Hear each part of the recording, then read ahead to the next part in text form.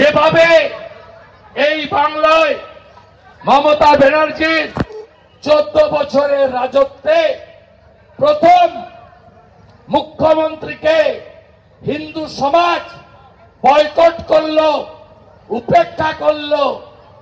আমরা ভাড়া করে গাড়িতে লোক আনিনি, সব মোথাবাড়ির লোক, শামশেরগঞ্জের লোক, ধুলিয়ানের লোক।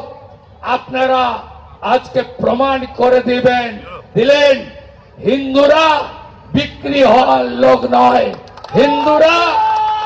হিন্দুদের চিনতে পাওয়া যায় না। হিন্দুরা পুলিশকে, মামলাকে ভয় পায় না। লড়াই হবে, হিসাব আমরা নেব।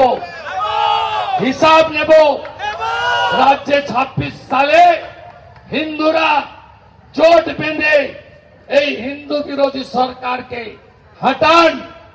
আমরা ইঞ্চিতে ইঞ্চিতে শুধু বদল নয়, বদলাও আমরা নেব।